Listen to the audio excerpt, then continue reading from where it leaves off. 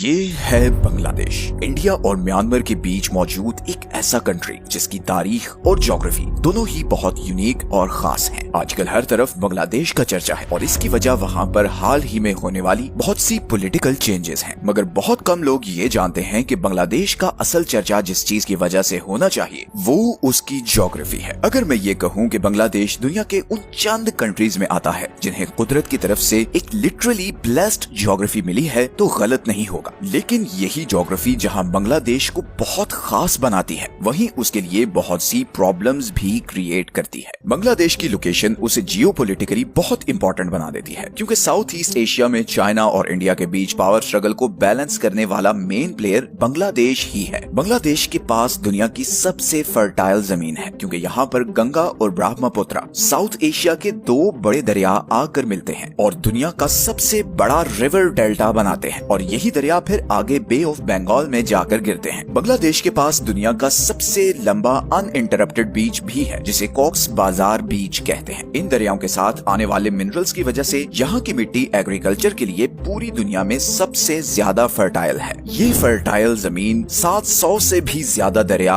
اور سمندر کو ایکسس، یہی وہ چیزیں تھیں جس کی وجہ سے بنگال کا یہ سارا ایریا ہمیشہ سے انڈیا کا سب سے امیر صوبہ رہا ہے۔ یورپینز کے یہاں آنے سے پہلے 15ویں صدی تک بنگال سلک، کاٹن اور ہینڈی کرافٹ آئٹمز کا سب سے بڑا ایکسپورٹر تھا۔ بنگال کی ٹیکسٹائل انڈسٹری پوری دنیا میں مشہور تھی اور ایشیا سے ایکسپورٹ ہونے والا 80% را سلک بنگال سے ہی سلک روٹ کے ذریعے سینٹرل ایشیا اور یورپ تک جاتا تھا۔ 16th سینچری میں جب پورچوگیز ایکسپلورر پہلی بار یہاں آئے تو یہاں کی خوشحالی دیکھ کر وہ دنگ رہ گئے۔ یہاں کی hand loom industry, art, agriculture, اتنے ریسورسز اور انڈسٹری تو اس وقت یورپ میں بھی کہیں نہیں تھی۔ پورچوگیز بھاپ گئے تھے کہ انہوں نے سونے کی چڑیا ڈسکور کر لی ہے۔ اسی لیے فرینچ ٹریولر فرانکوا برنیر نے لکھا تھا کہ 17th سینچری کا بنگال اپنی پیک ٹائم کے ایجپٹ سے بھی زیادہ خوشحال تھا۔ اب یہ وہ ٹائم تھا جب پورچوگیز امپائر پوری دنیا کے سمندروں میں اپنے ایکسپلوررز بھیج کر ٹریڈ روٹس اور نئے کانٹیننٹس ڈسکور کر رہی تھی۔ اس وقت یورپ کا ایشیا اور مڈل ایسٹ سے سارا ٹریڈ یہ سلک روٹ کے ذریعے ہوتا تھا جو آٹومن امپائر کے کنٹرول میں تھا۔ پورچوگیز امپائر چاہتی تھی کہ وہ سمندر کے ذریعے کسی طرح ڈائریکٹلی ایشیا تک پہنچ سکے، اسے بیچ میں آٹومن امپائر سے ڈیل نہ کرنی پڑے اور وہ ایشین مارکیٹ سے ڈائریکٹلی سستے دام میں مال اٹھائے اور یورپ لا کر بیچے۔ اسی کوشش میں جولائی 1497 میں پورچوگیز امپائر نے ایکسپلورر واسکو ڈی گاما کو 170 لوگوں کے ساتھ 4 شپس پر انڈیا تک کا سی روٹ ڈسکور کرنے بھیجا۔ 10 مہینے کے خطرناک سفر کے بعد جس میں کئی بار انہیں سمندری طوفان کا سامنا بھی کرنا پڑا، یہ لوگ